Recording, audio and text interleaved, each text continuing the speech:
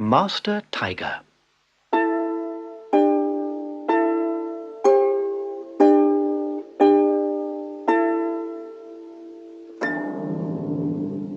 A long time ago, when people and animals still spoke the same language, and Tiger's fur was glossy yellow all over, Water Buffalo was going home after his evening bath in the river.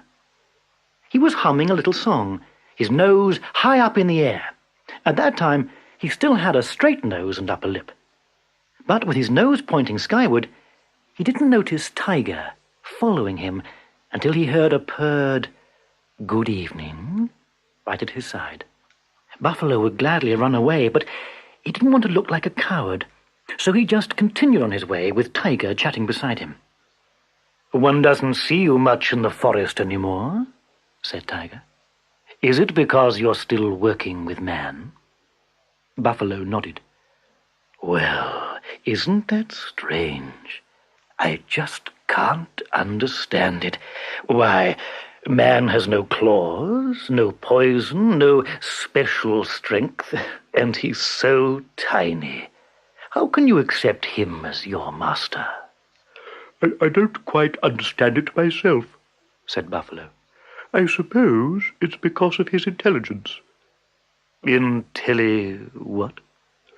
"Intelligence," explained Buffalo grandly, happy to know more than Tiger, "is something special man has that helps him rule over me and over horse and dog and pig and duck too." "That's interesting. Very, very interesting. If I had some of that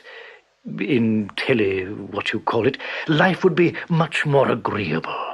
I'd be obeyed without all that running and pouncing I must put up with now.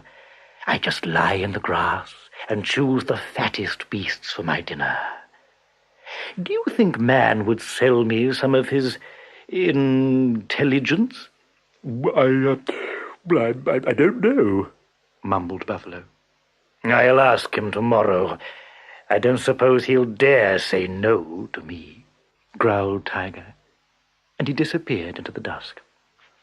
Buffalo trudged home, a little scared and wondering whether he hadn't talked too much. But after dinner he felt better. Tiger never comes to the paddy fields, he thought before falling asleep. But the next morning, when he arrived at the field with his master, Buffalo saw that he had misjudged Tiger, who was already there, waiting. And he'd even prepared a speech for the occasion. "Don't be afraid, little master man," said the Tiger pleasantly. "I'm here with the most peaceful intentions. I heard you possess something called intelligence, and I would like to buy it. So please sell it quickly, for I'm in a hurry. I haven't had my breakfast yet, you see." Buffalo felt angry with himself. But then he heard the peasant say, "What a great honor, Master Tiger visiting my humble field and giving little me the opportunity to serve such a fine big beast." And he bowed as if he were standing before the emperor. Tiger was very flattered and answered, "Please don't make any ceremony for a simple creature like me. I just came to buy—" "To buy?" interrupted the peasant. "Oh, no, I insist on giving it to you as a token of your memorable visit, which so honors me." "That's very nice of you.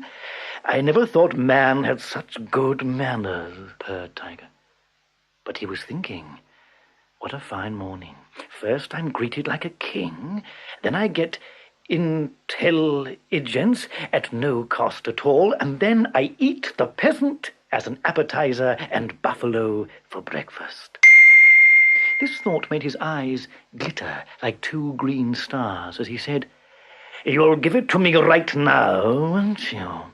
"I gladly would, but I always leave it at home when I go to the fields," answered the peasant, who had noticed the hungry gleam in the Tiger's eyes.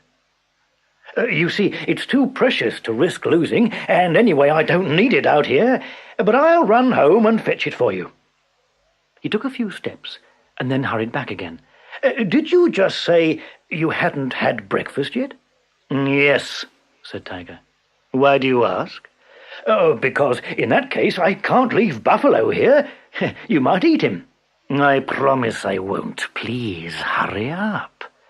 I don't doubt your promise, but if you forgot and ate Buffalo, who would help me with my work? On the other hand, he's so slow, it'll take hours to go home and return, and I wouldn't like to keep your Highness waiting.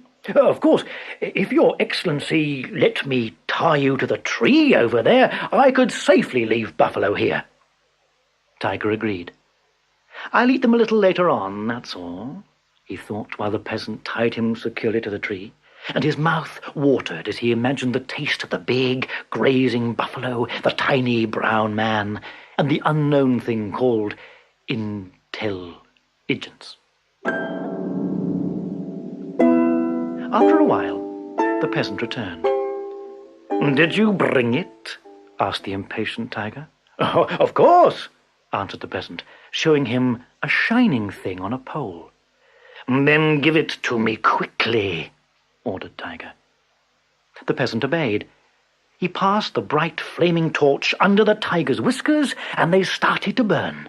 He passed it onto his ears, his back, his tail, and everywhere it touched was singed. "It burns! It burns!" yelled Tiger. "It's intelligence," said the peasant wryly. "Come, Buffalo, let's go." But Buffalo couldn't go. He was heaving, bursting with laughter. Fancy Master Tiger, the terror of the jungle, letting himself be tied up to a tree and singed by a torch. It was just too funny. Buffalo rolled in the grass, unable to stop his laughter, until his mouth struck a tree stump, splitting his upper lip and hurting his nose. And you can see the result to this day. And Tiger? Well, he howled and kicked, and after some time the flames burnt through the rope so that he could get away. But the burning rope had so badly singed his yellow fur that, wash as he would, he couldn't get rid of the black stripes it had left as he struggled to get free. And that explains how Tiger got his stripes.